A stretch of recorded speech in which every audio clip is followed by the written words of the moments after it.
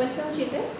We have already discussed the structure of DNA, the chemical composition of DNA, Watson-Crick model of DNA, and today we are going to discuss about the replication of DNA. Okay. So after working on the double helical structure of DNA and proposing it, Watson and Crick immediately proposed a scheme for replication of DNA. Okay, and according to their proposition, they suggested that the two strands of DNA separate and each strand can act as template for the synthesis of new complementary strand. Okay, what does it mean? इसका मतलब क्या है? उन्होंने क्या suggest किया कि ये जो दो स्ट्रैंड है डीएनए का, they can get separate. Okay, so now the two strands have got separated और each strand act as template. हर एक स्ट्रैंड टेम्पलेट की तरह एक्ट करेगा and they can synthesize a new strand complementary to each of them. तो ये इसका complementary बनाएगा and ये इसका कॉम्प्लीमेंटरी बनेगा. So in this way the DNA replicates and the exact copy of the parent DNA is formed. So here only one DNA is there.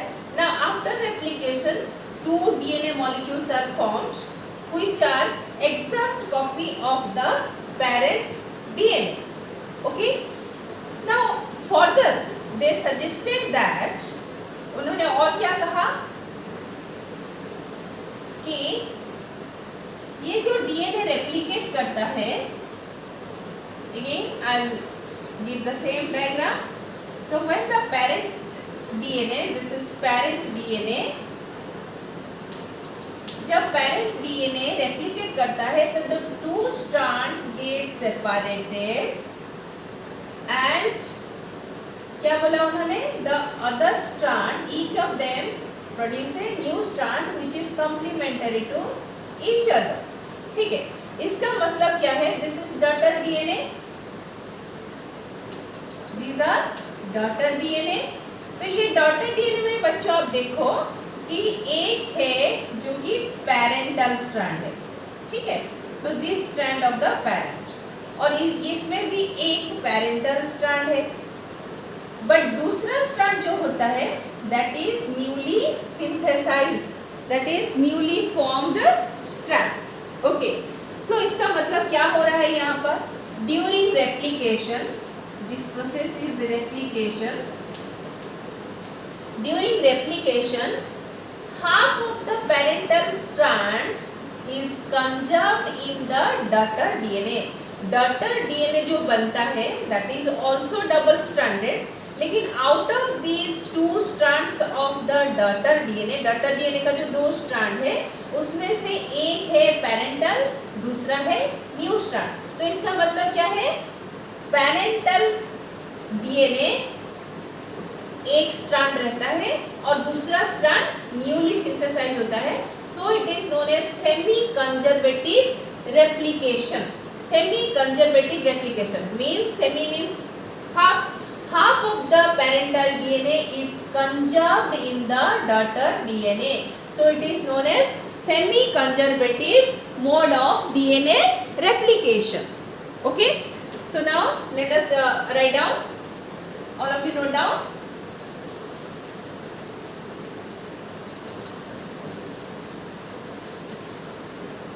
Watson and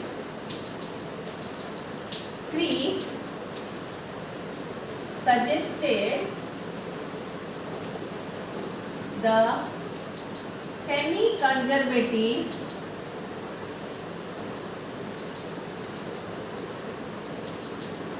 mode of DNA replication. So what is semi-conservative replication? during DNA replication,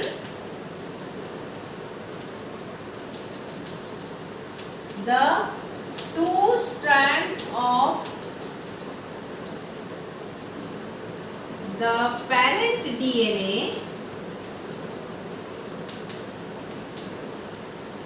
get separated and each of them synthesize their new complementary strand. Since in each daughter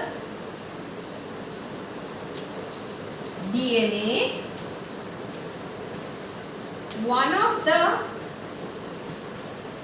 strand is parental and other is newly synthesized.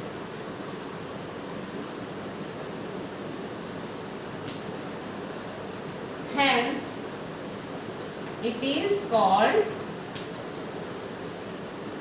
semi-conservative replication. Okay. So this is called semi-conservative replication. So I think it is clear to you. But it was not only a hypothesis, it was proved by the two scientists later on. So the proof for semi-conservative mode of DNA replication was first provided by Matthew Michelson and Franklin Stock. Okay, so now we'll discuss the experimental proof for semi-conservative replication. Okay.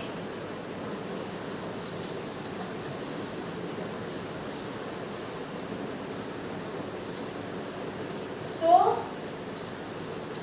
the semi-conservative mode of replication was first experimentally proved by, as I said, by Matthew Michelson,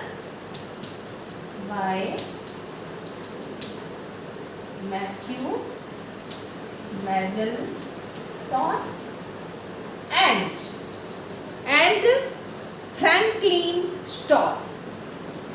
Franklin Stock. So that's why it is also known as Michelson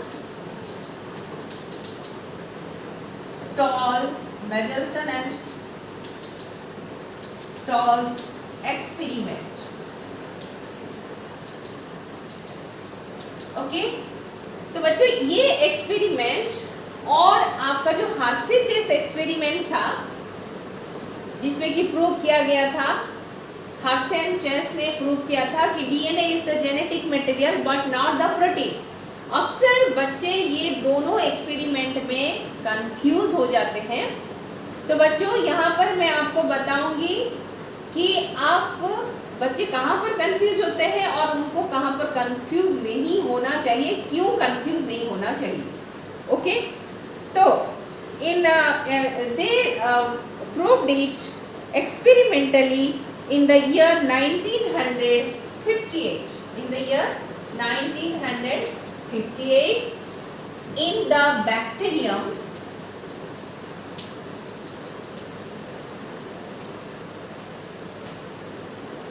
Escherichia coli, इस bacteria में उन्होंने काम किया, experiment किया और उन्होंने prove किया कि the DNA replication is semi-conservative type, and later on it was proved in the higher organism, plants and human being also.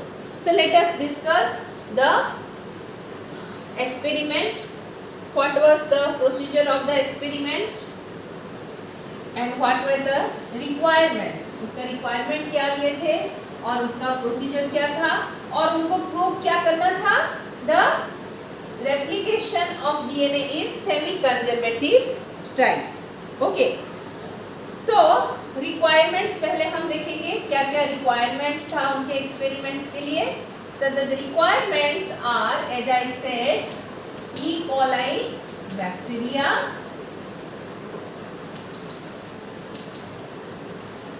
दूसरा था आपका N15H4Cl, N15H4Cl, उसके साथ साथ और क्या था N14H4Cl, देन फोर्थ वन था सीजियम क्लोराइड. ठीक है बच्चों, ये N15 N14 you know that it is the normal nitrogen, N14 is normal nitrogen, but N15 is the heavy isotope of nitrogen. Nitrogen का ये heavy isotope. बच्चे यहाँ पर गलती करते हैं क्योंकि हम हार्सिचेस एक्सपेरिमेंट में रेडियो एक्टिव आइसोटोप के बारे में पढ़े थे, इसीलिए बच्चे अक्सर यहाँ पर लिख देते हैं कि radio active isotope of nitrogen. But बच्चों यहाँ पर आप याद रखो कि मेजल्सन एक्सपेरिमेंट, मेजल्सन एंड स्टॉल्स एक्सपेरिमेंट में जो nitrogen that is ammonium chloride लिया जाता है उसमें N15 लिया जाता है जो कि heavy isotope of nitrogen, heavy isotope of nitrogen is taken. Okay, यहाँ पर heavy isotope of nitrogen लिया गया. So these are the requirements. Please note down. Then अभी हम देखेंगे कैसे उन्होंने एक्सपेरिमेंट किया था. Okay. So these are the requirements. Now come to the procedure conducted by Michelson and Stahl in his experiment.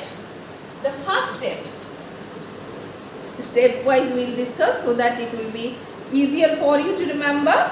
So the E. coli was grown for many generations. E. coli, that is bacteria, was grown for many generations in N15H4Cl medium.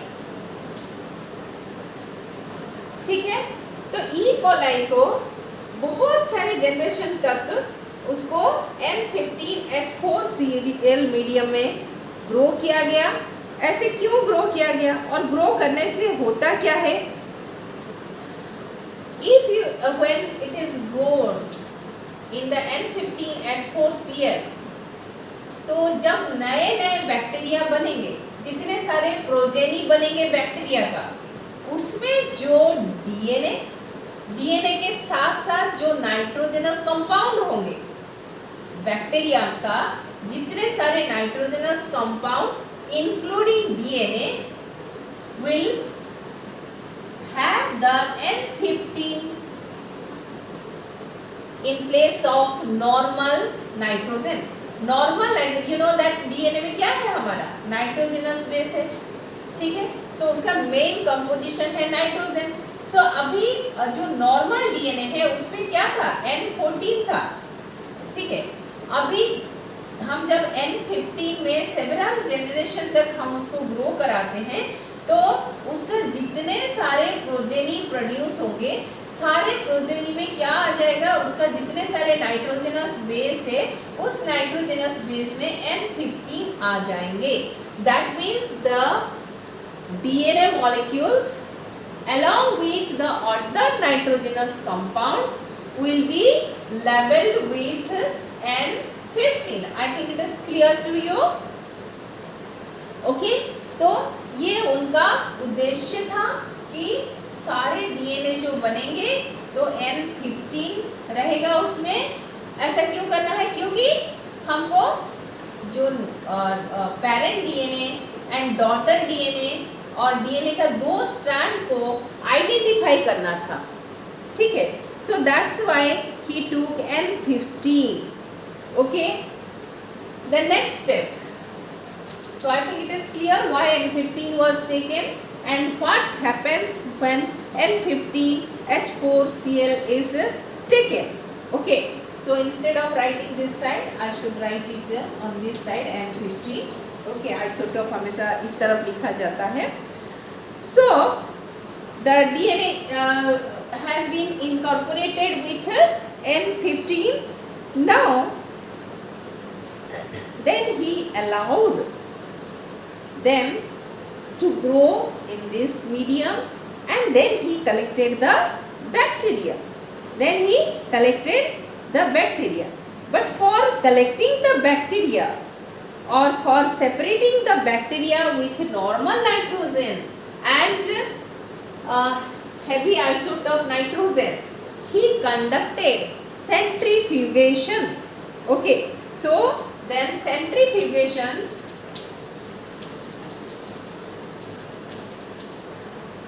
technique was conducted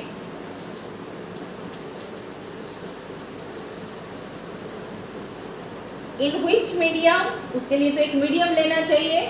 So conducted in the medium having cesium chloride.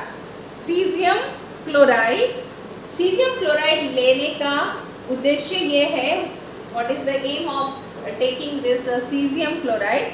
The cesium chloride will separate the DNA on the basis of their density.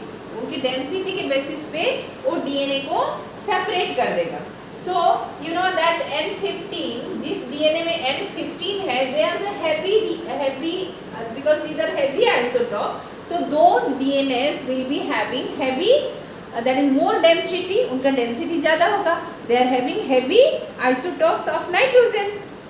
Okay, so having CFCl, which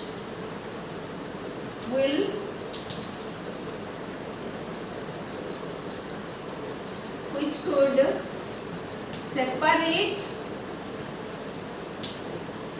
the DNA on the basis of their density के basis पे वो separate हो जाएगा. अभी देखो बच्चों, हमने क्या किया. सपोज दिस इज, मैं आपको डायग्राम करके बता रही हूँ. ये है टेस्ट ट्यूब जिसमें हमने कल्चर मीडिया लिया. इसमें हमने क्या किया, पहले देखो इसमें हमने बहुत जेनरेशन तक N14H4Cl मीडियम में हमने किसको ग्रो कराया. हमने इनिशियली क्या लिया था, हमने इनिशियली N14 वाला DNA लिया था. हमने N14 DNA लिया गया था, दैट इज नॉर्मल DNA. अभी नॉर्मल DNA वाला बैक्टीरिया, नॉट हम DNA हम नहीं ले रहे हैं यहाँ पर, हम बैक्टीरिया को ले रहे हैं. ठीक है, bacteria having this normal DNA. तो यहाँ जो कल्चर मीडिया है, यहाँ पर बैक्टीरिया को ग्रो किया गया. लेकिन इसमें हमने क्या ऐड कर दिया, हमने क्या ऐड कर दिया, N15 मतलब आप समझ जाओगी N15H4Cl. ठीक है, N15H4Cl. अभी बच्चों काफी जेनरेशन के बाद क्या होगा, you will get more number of, क्योंकि प्रोजेनी बहुत सारे प्रोजेनी बन रहे हैं. So here you will get more number of N15. यहाँ दोनों ही बैक्टीरिया मिलेंगे, N15 and N14. बट सबसे ज्यादा कौन सा मिलेगा, N15 वाले बैक्टीरिया मिलेंगे और थोड़ा सा आपको N14 वाले बैक्टीरिया मिलेंगे. सो ये दोनों मैंने सेपरेट कर दिया. This is N14. ठीक है, तो ये सेंट्रीफ्यूगेशन इसलिए किया गया क्योंकि इनिशियली उन्होंने N14 लिया था, लेकिन उसमें जो प्रोजेनी बने N15 के बने, काफ़ी सारे प्रोजेनी बने N15 के. तो अभी उनको चाहिए था फर्दर एक्सपेरिमेंट के लिए, उनको सिर्फ N15 वाला DNA ही चाहिए था. Bacteria with N15 DNA was required. तो इसीलिए उन्होंने सेंट्रीफ्यूगेशन किया. So when centrifuge, जब सेंट्रीफ्यूगेशन किया गया तो ये देखा गया कि सेंट्रीफ्यूगेशन के द्वारा उन्होंने डेंसिटी ग्रेडियंट सेंट्रीफ्यूगेशन किया ताकि वो डेंसिटी के basin on the density the DNA will get separated. तो उनको ये जो बैक्टीरिया मिला, नीचे वाला हिस्सा आप देखो बच्चों स्ट्राइप किया हुआ है. सो दिस इज N15 वाला डीएनए. तो उन्होंने इसको डिस्कार्ड कर दिया और सिर्फ N15 वाला बैक्टीरिया को कलेक्ट किया. I think it is clear. The second point is clear. Okay. So now next point. So please note down these points. If you write point wise in your test, then you will check your good marks and the examiner will be happy. So now the third point.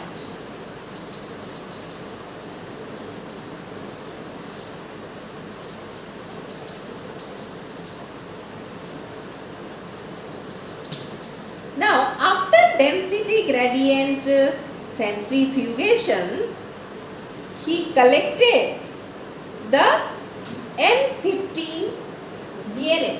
He collected the N15 DNA. So after centrifugation,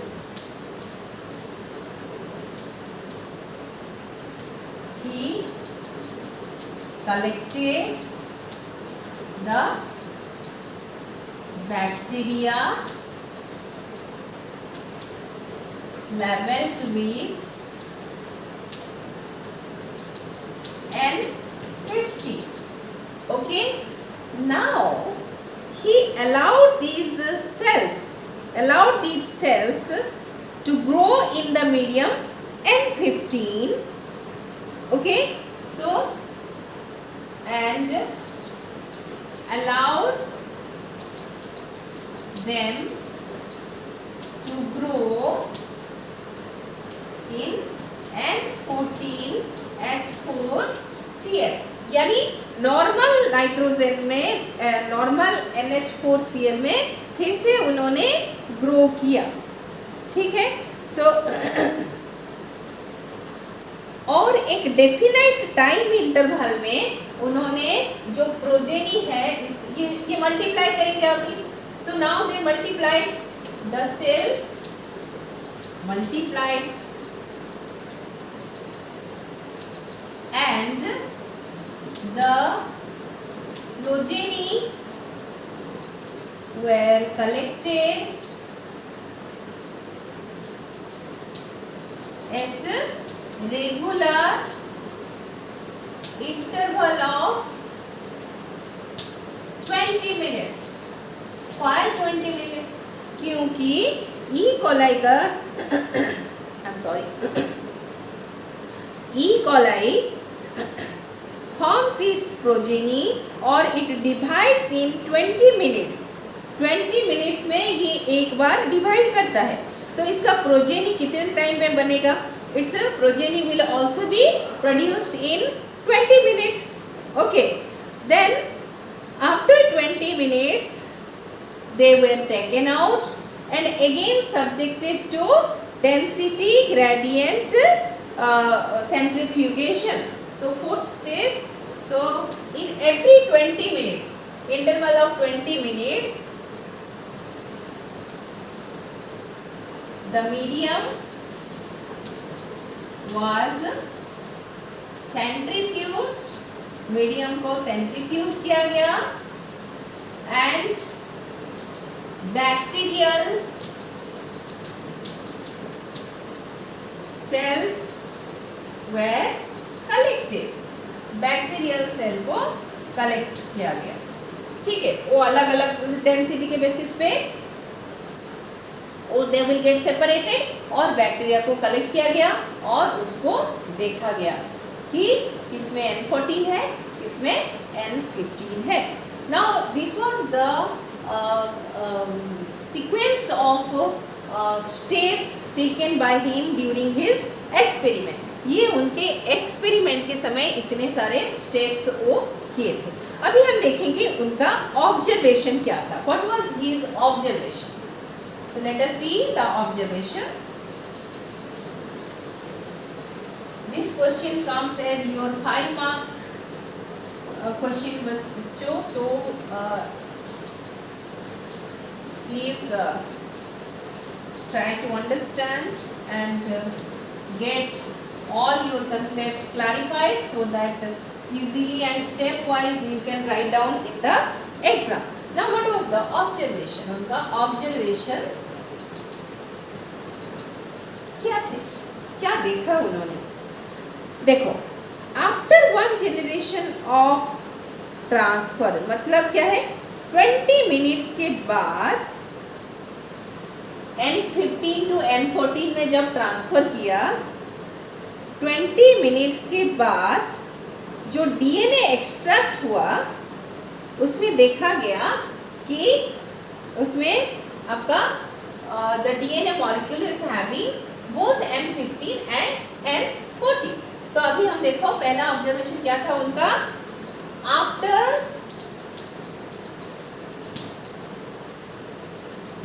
growing the N15, मैं simply N15 लिख रही हूँ, N15 bacterias in N14 H4Cl for 20 minutes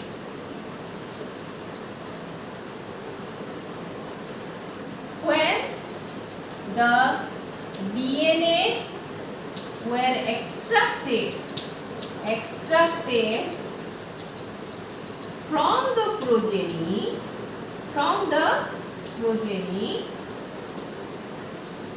it was observed that, ये देखा गया कि that is from the progeny it was noticed that the DNA are of intermediate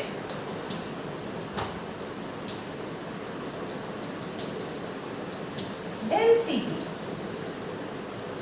What does it mean? It means it contains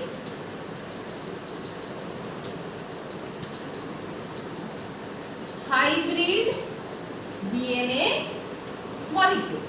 इसमें hybrid DNA molecule था। I will show you with the help of diagram से मैं आपको दिखाऊंगी।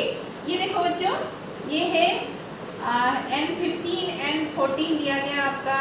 N15 को हम जब N14 में ग्रो कराने के बाद जब डेंसिटी ग्रेडियंट सेंट्रीफ्यूगेशन हुआ तो उसमें ये देखा गया कि आपका जो दैट इज डीएनए था, they were of intermediate density.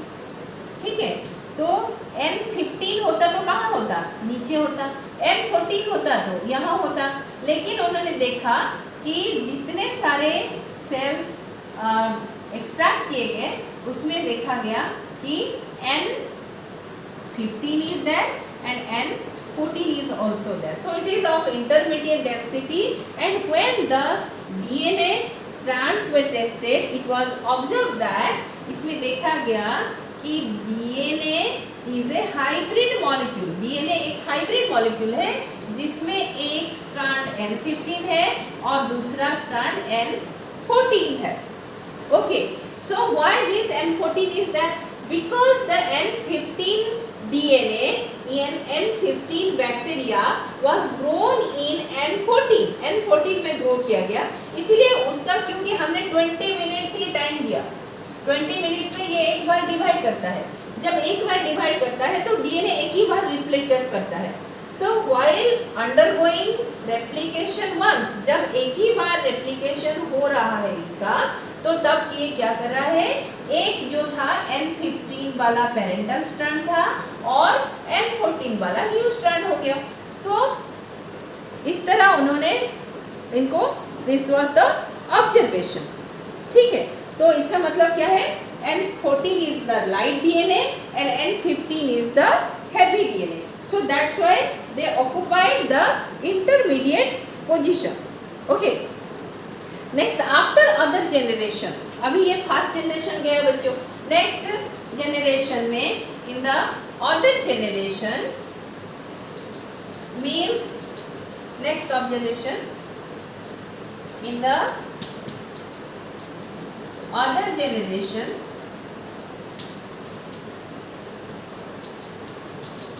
means after 40 minutes. 40 minutes के बाद सेम growing in N14 में 40 मिनट्स तक ग्रो करने के बाद it was found that the DNA extracted from the culture was composed of equal amount of the hybrid DNA and light DNA. So after growing it in N14, it was observed that the DNA extracted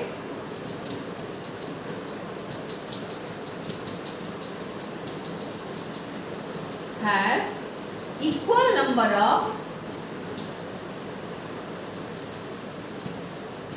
hybrid, equal number of, or you can say the equal amount of hybrid DNA and number तो नहीं बोलेंगे यहाँ पर, equal amount बोलेंगे, equal amount of hybrid and light DNA. अब देखो बच्चों, ये जो डीएनए हमको मिला था, देखो पहले था ये, पहले क्या लिया हमने, देखो अभी मैं इसको डायग्रामेटिकली आपको समझाती हूँ.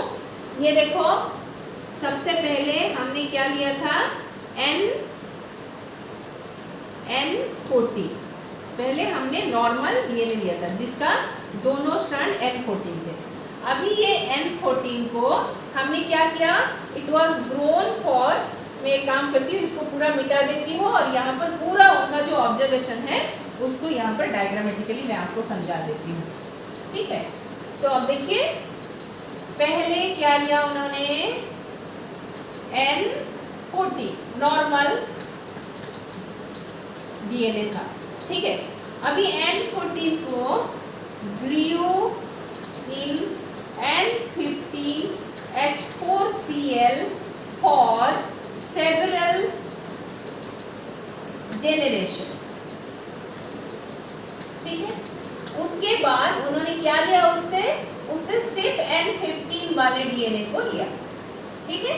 तो दोनों स्ट्रैंड उसमें N15 के थे. सो ऐसे डीएनए उन्होंने लिया.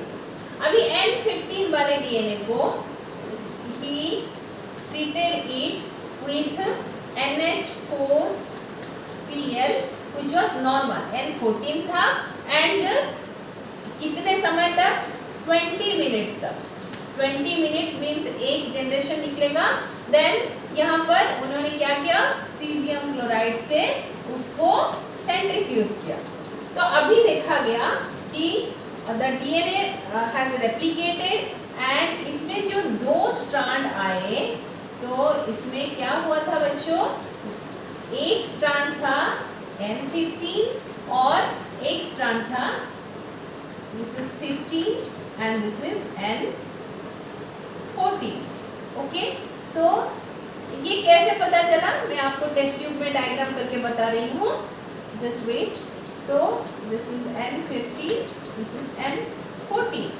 Okay. Now in the next generation, फिर नेक्स्ट जनरेशन में उन्होंने फिर N14 दिया, H4Cl दिया, फिर 20 मिनट्स यानी ये 40 मिनट्स हो गया. 40 मिनट्स तक ग्रो किया. देन सीजियम क्लोराइड से सेंट्रीफ्यूज किया. तो अभी हमको क्या मिला, अभी मैं थोड़ा सा छोटा डायग्राम बनाऊंगी या फिर ऐसे ऊपर नीचे करके बना देती हूँ आपको. तो अभी देखो बच्चों, ये कैसे करना है. सो देखो, आप क्या करोगे, N14 N15 को अलग कर देना है. सो एक N15 और N14 अलग कर दिया. फिर इसका N15 एंड N14 अलग कर दिया. ठीक है. तो यहाँ पर आप लिख दो N15 N14 N15 N14. ठीक है। अभी जो नया स्ट्रैंड बनेगा उसमें क्या आएगा, हर एक का जो नया स्ट्रैंड बनेगा उसमें क्या आ जाएगा, N14 आएगा, ठीक है। तो यहाँ पर जो नया स्ट्रैंड बनेंगे they will be having N14, इसमें भी N14,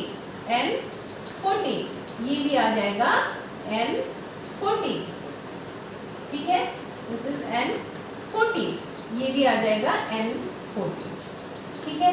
देखो बच्चों यहाँ पर आप दो चीज ऑब्जर्व कर सकते हो, ये जो दो मॉलिक्यूल है देखो, ये है N14 N15, ये है N14 N15, और ये है N14 N14, ये है N14 N14, यहाँ नीचे लिख रही हूँ मैं, ये कम्प्लीटली N14 है, ये कम्प्लीटली N14 है, ये कम्प्लीटली N14 है, और बाकी जो ये दो है, ये दो क्या है, N15 एंड N14, मतलब ये हाइब्रिड है। ये कैसे पता चला, देखो पहले उन्होंने नॉर्मल डीएनए लिया था, नॉर्मल डीएनए को सेंट्रीफ्यूज करने के बाद उनको क्या मिला, टेस्ट ट्यूब लिए, और उसमें जब सेंट्रीफ्यूज किए सीजियम क्लोराइड में तो उनको ये जो N15 वाले डीएनए मिले, ये N15 को वो ग्रो कराए, और यहाँ पर जो N14 वाले डीएनए मिले उसको उन्होंने, दिस इज N14 मिला, उसको उन्होंने रिजेक्ट कर दिया, उसको कोई काम नहीं था।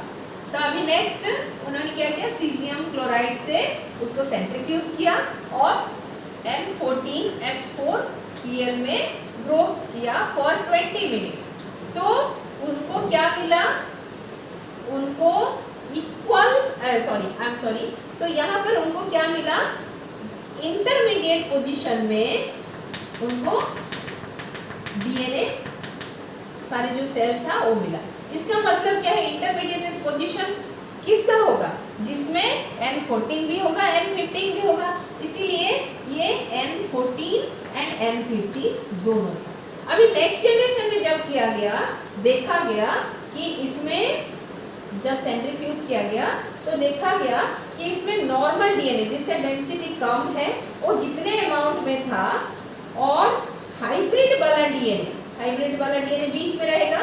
सो हाइब्रिड वाला डीएनए मैं दोनों तरह का कर रही हूँ ऐसे, that is stripe and dot, और ये टोटली डॉटेड होगा।